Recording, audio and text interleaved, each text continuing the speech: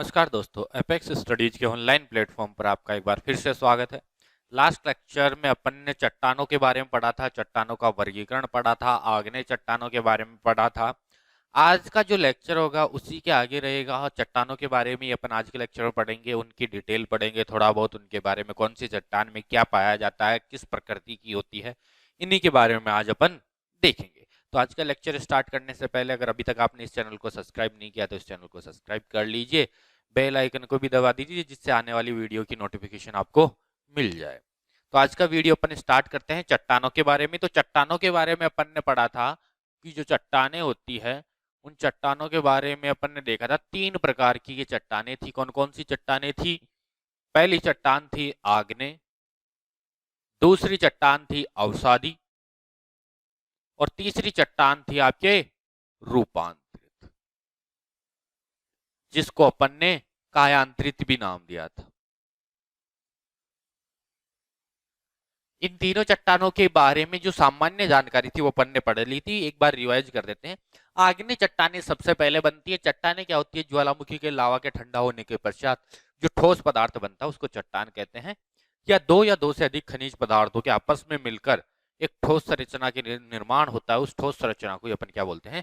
चट्टान कहते हैं। आग्नेय चट्टान सबसे पहले बनती है और इनको अपन बोलते हैं अन्य चट्टानों की जन्मदात्री। तो आग्नेय चट्टानों से ही अवसादी और आग्नेय से ही रूपांतरित बनेगी या फिर अवसादी से रूपांतरित बनेगी। तो सीधी सी बात है, जो मुख्य रूप से चट्टान जिम्मेदार है वो कौन सी है? आग्नेय चट्टान है अन्य चट्टानों के निर्माण के लिए। ये जो अवसादी चट्टानें थी वो आग्नेय चट्टानों में टूट फूट होने के पश्चात ये जल के द्वारा एक स्थान से दूसरे स्थान पर जाने के लिए जाने से बन रही थी। तो अवसादी चट्टानों को अपन ने नाम दिया था जलज चट्टान, और इसके साथ साथ अपन ने इनको एक और नाम भी दिया था परतदार चट्टान, क्योंकि इनमें परतें पाई जाती। आज इनके बारे में अपन डिटेल में बात नहीं करेंगे, जो चीजें लास्ट लेक्चर में अपन ने कवर नहीं की थी उनके बारे में बात करेंगे। इनके वर्गीकरण की बात करें तो वर्गीकरण अपन ने दो प्रकार से वर्गीकरण पढ़ा था आग्नेय चट्टानों का, उत्पत्ति के आधार पर और रासायनिक संगठन के आधार पर। रासायनिक संगठन में सिलिका की मात्रा देखी थी, सिलिका की मात्रा बढ़ने के साथ साथ मृदा की जो अम्लता थी वो भी बढ़ रही थी। अब आज इनके उदाहरणों के बारे में थोड़ा सा और देख लेते हैं, जो ज्यादातर एग्जाम में पूछा जाता है, क्या क्या क्वेश्चन आते हैं उनके बारे में देखेंगे। देखो, आग्नेय चट्टानों में अपन ने दो मुख्य चट्टानें पढ़ी थी। कौन कौन सी पढ़ी थी? एक पढ़ी थी अपन ने ग्रेनाइट और दूसरी पढ़ी थी अपन ने बेसाल्ट। कौन सी पढ़ी थी? ग्रेनाइट और बेसाल्ट। देखो, ग्रेनाइट की प्रकृति थी अम्लीय। कैसी प्रकृति का था?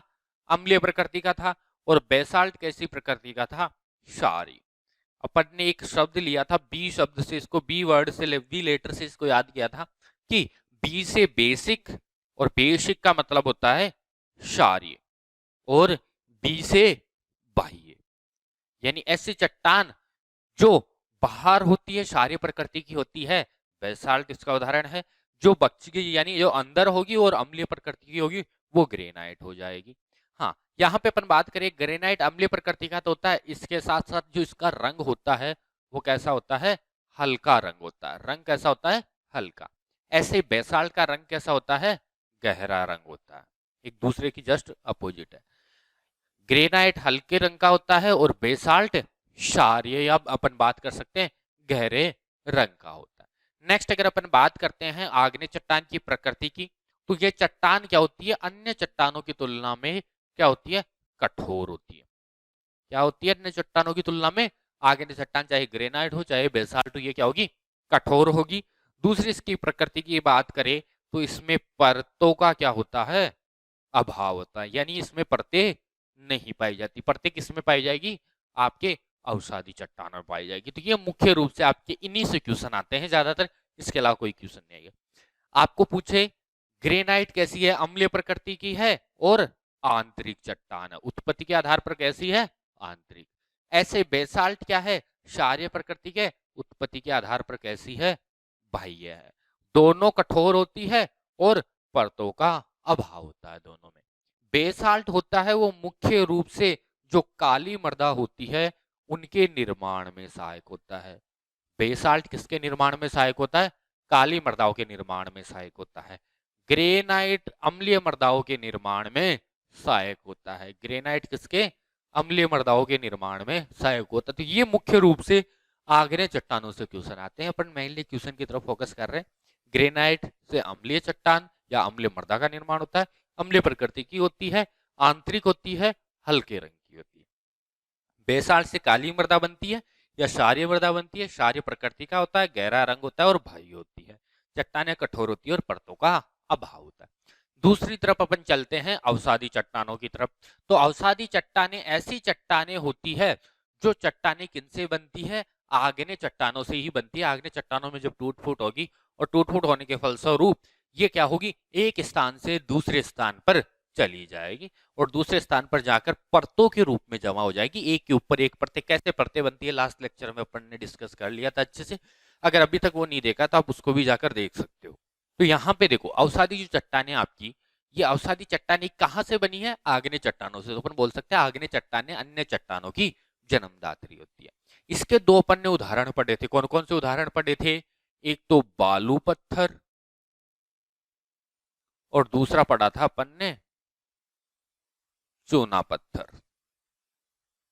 देखो चूना पत्थर की बात करें तो चूने को अपन बोलते हैं कैल्शियम कार्बोनेट।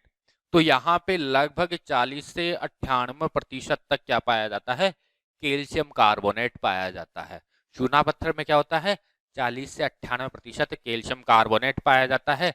जबकि बालू पत्थर में क्या पाया जाता है? क्वार्ट्ज पाया जाता है। और क्वार्ट्ज के बारे में पढ़ा था, भूपपड़ी में क्वार्ट्ज कितना होता है? क्वेश्चन आया था, भूपपड़ी में क्वार्ट्ज कितना होता है? 36%। फेल्सपार कितना होता है? 48%। माइका कितनी होती है? 10%। ये तीन अपन ने मुख्य रूप से खनिज पदार्थ पढ़े थे। जहां स्टार्ट में अपन ने जो मृदा के अवयव पढ़े थे वहां पे पढ़ा था खनिज पदार्थ में सबसे ज्यादा फेल्सपार पाया जाता है, फिर क्वार्ट्ज और फिर माइका। अब क्वार्ट्ज है तो क्वार्ट्ज किसका बना होता है? सिलिका का बना होता है। तो बालू पत्थर में क्या होता है? सिलिका की अधिकता होती है। ये आपके मुख्य रूप से कौन सी चट्टानें होगी? अवसादी। अवसादी चट्टानों में दो चीजें ध्यान रखनी है, बालू पत्थर में क्वार्ट्ज अधिक होता है, या फिर दूसरी भाषा में अपन बात करें इसको नीचे लिख लेते हैं, क्या अधिक होता है? इसमें सिलिका की मात्रा अधिक होती है। सिलिका के साथ साथ ये आपके क्वार्ट्ज होता है। सिलिका की मात्रा बढ़ने के साथ साथ अपन ने पढ़ा था स्टार्ट में, जैसे जैसे सिलिका की मात्रा बढ़ेगी मृदा की अम्लता बढ़ेगी या चट्टान क्या होगी? अम्लीय प्रकृति की रहती है। तो सिलिका की मात्रा ज्यादा है बालू पत्थर में, तो ये किस प्रकृति की है? अम्लीय प्रकृति की। और अम्लीय प्रकृति की है, इसका मतलब ये कंफर्म हो गया कि इस प्रकार से जो बालू पत्थर से जो मृदाएं बनती है वो अम्लीय प्रकृति की मृदाएं बनती। तो यहाँ पे जो नेक्स्ट अपन बात करते हैं इसके कुछ लक्षणों की। तो देखो इसको अपन बोलते हैं जलज चट्टान। क्या बोलते हैं? जलज चट्टान। क्यों? क्योंकि ये क्या होगी? जल के द्वारा अब निर्माण होता है। इनका निर्माण किससे हो रहा है? जल के द्वारा। यहां से यहाँ जल से जा रही है, इसलिए जलज चट्टानें भी कहते हैं इनको। दूसरी चीज अपन बात करें, ये चट्टानें क्या होती है? हर साल एक के ऊपर एक जमती जाती है। यहां से टूटेगी, यहां जाएगी, परत बना लेगी, फिर दूसरे साल टूटेगी, फिर जाएगी, फिर परत बना लेगी, तीसरे साल फिर परत बना, एक के ऊपर एक परत बना रही है, इसलिए इसका दूसरा नाम है परतदार चट्टान। दूसरा नाम क्या है? परतदार चट्टान है। ये जो चट्टानें होती है टूट फूट से बन रही है, इसका मतलब क्या हुआ? जैसे अगर मैं इस रजिस्टर को तोड़ दूं यहां से, फिर इसको जोड़ू, तो क्या ये उतना कठोर बन पाएगा जितना पहले था? तो आपका आंसर होगा नहीं। क्यों? क्योंकि जो अपनी ओरिजिनल स्टेट होती है, मूल अवस्था होती है, उसमें कोई भी चीज ज्यादा कठोर होती है एज कम्पेयर टू टूटने के बाद। तो यहाँ पे टूटने के बाद में क्या होगा? ये कठोर नहीं रह पाएगी, इसलिए इन चट्टानों को अपन कोमल चट्टानें भी कहते हैं। यानी ये चट्टानें अन्य चट्टानों की तुलना में कोमल होती है, इतनी ज्यादा कठोर नहीं होती। तीसरी जो चट्टानें हैं रूपांतरित चट्टानें।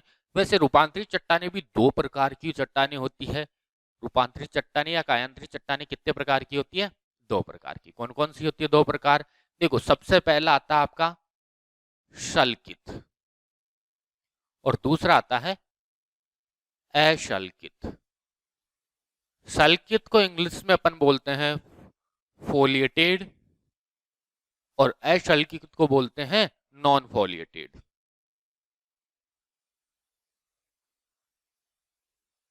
तो अपना काम है सल्कित और असल्कित। सल्कित चट्टानें ऐसी चट्टानें होती है जो प्लेट नुमा आकृति की होती है, प्लेट के समान आकृति की होती है, वो चट्टानें क्या कहलाती है? सल्कित चट्टानें कहलाती है। और असल्कित चट्टानें ऐसी चट्टानें होती है जो प्लेटदार नहीं होती या दानेदार टाइप की होती है, उन चट्टानों को अपन क्या बोलते हैं? असल्कित। तो अपने को ध्यान रखना, केवल एक चीज ध्यान रखनी है, प्लेटदार चट्टानों को अपन क्या बोलते हैं? सल्कित चट्टान कहते हैं। रूपांतरित चट्टान दो प्रकार की होगी, सल्कित और असल्कित। जिनमें से सल्कित ऐसी चट्टानें होगी जिनमें परतें पाई जाएगी, यानी वो क्या होगी, परतें एक तरीके से इस तरीके की परतें नहीं होगी, जिनकी संरचना ही होगी वो प्लेट नुमा होगी, प्लेट समान होगी, परत नहीं होगी, प्लेट के समान होगी। तो इनको अपन बोलते हैं प्लेट नुमा संरचना पाई जाती है, वो सल्कित चट्टानें होती है। और सल्कित चट्टानों का उदाहरण है आपके पास में नीस हो गया, सिस्ट हो गया, ये सारे किसके उदाहरण हैं, सल्कित के। असल्कित की बात करें तो असल्कित के उदाहरण है संगमरमर, ये क्या है, असल्कित के उदाहरण है। देखो सबसे पहले अपन बात करें रूपांतरित या कायांतरित चट्टान। तो रूपांतरित और कायांतरित चट्टान का निर्माण या तो अवसादी से होगा या आग्नेय चट्टान से होगा। बस यहाँ पे अवसादी और आग्नेय चट्टान पर जो कारक होंगे वो कारक कौन कौन से होंगे, या तो ताप होगा या फिर दाब होगा। तो आग्नेय और अवसादी चट्टानों पर ताप तथा दाब के प्रभाव से जो चट्टानें बनती है वो चट्टानें रूपांतरित या कायांतरित चट्टानें कहलाती है। साधारण भाषा में बात करें तो रूपांतरित और कायांतरित चट्टानें ऐसी चट्टानें होती हैं जिन चट्टानों के रूप में परिवर्तन होता है। आग्नेय चट्टान थी या अवसादी चट्टान थी, जो भी चट्टान थी आपकी, या तो आग्नेय होगी या अवसादी चट्टान होगी, इनके रूप में परिवर्तन आएगा, परिवर्तन से रूपांतरित चट्टानें बनेगी। और इस परिवर्तन का कारण या तो ताप होगा या दाब होगा। तो अपन इनके उदाहरण की बात करते हैं।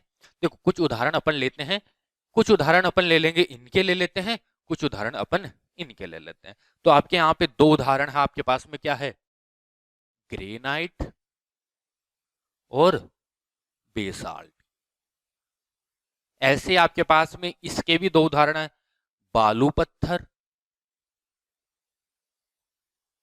और चूना पत्थर।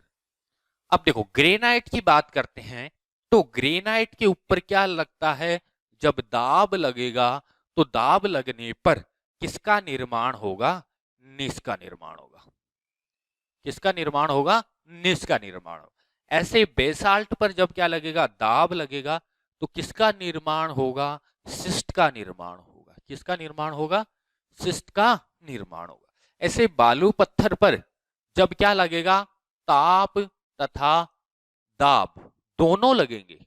यहां पे बालू पत्थर पर क्या लगेगा, ताप और दाब दोनों लगेगा, तो क्या बनेगा, क्वार्टजाइट। क्या बनेगा, क्वार्टजाइट।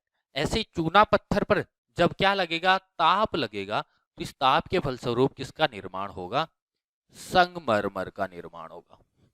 किसका निर्माण होगा, संगमरमर का निर्माण होगा। तो देखो ये जो इधर वाली जो चट्टानें हैं सारी, ये चट्टानें किसका उदाहरण है, रूपांतरित चट्टानों का उदाहरण है। इनमें से कुछ आपकी सल्कित है, कुछ असल्कित है, लेकिन सल्कित हो चाहे असल्कित हो, हमेशा होगी तो क्या ये रूपांतरित। और इधर वाली चट्टानें क्या है, ऊपर वाली दोनों चट्टानें क्या है, आपकी आग्नेय चट्टानें हैं, नीचे दोनों चट्टानें कौन सी है, आपकी अवसादी चट्टानें। अपना क्या था, रूपांतरित चट्टानें, या तो इनका निर्माण आग्नेय चट्टान से होगा या अवसादी चट्टान से होगा। क्यों, क्योंकि अपन ने पढ़ लिया था कि जो पहले से दो चट्टान उपस्थित है आग्नेय और अवसादी, उन्हीं चट्टानों पर ताप और दाब का प्रभाव लगेगा। तो इन चट्टानों पर, तो आपके पास में या तो आग्नेय चट्टान थी या अवसादी चट्टान थी, इन पे या तो ताप का लगा या दाब का लगा या दोनों का प्रभाव लगा, तो दूसरी चट्टानों का निर्माण हुआ।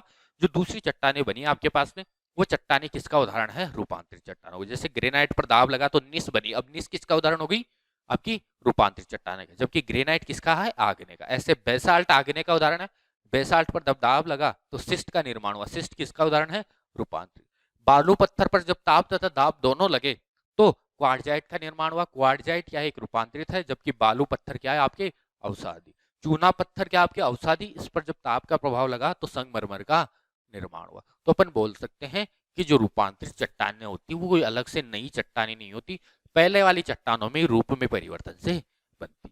तो या तो आग्नेय से बनेगी या अवसादी से बनेगी। अब देखो अवसादी वाले में एक और चीज देख सकते हैं, अवसादी चट्टानों का निर्माण क्या किससे हो रहा है, आग्नेय से हो रहा है। तो अप्रत्यक्ष रूप से जो अवसादी से बन रही है वो भी आग्नेय से बन रही है। तो इसका मतलब क्या हुआ, जो सभी चट्टानों की जन्मदात्री होती है वो कौन सी होती है, आग्नेय चट्टान होती है। अब इसके बारे में बात करें अपन, तो देखो दो चीजें होती है, एक तो अपन बात करते हैं आपके मकराना होता है, दूसरा होता है संगमरमर। देखो संगमरमर क्या होता है, जो शुद्ध संगमरमर होता है वो चूना पत्थर, जिसको अपन लाइमस्टोन बोलते हैं इंग्लिश में, उससे बनता है। और चूना पत्थर में क्या पाया जाता है, कैल्शियम कार्बोनेट। अगर 100% उसमें कैल्शियम कार्बोनेट है तो जो संगमरमर बनेगा वो सफेद रंग का संगमरमर होगा। 100% अगर उसमें कैल्शियम कार्बोनेट है तो जो संगमरमर बनेगा वो क्या बनेगा, सफेद रंग का बनेगा।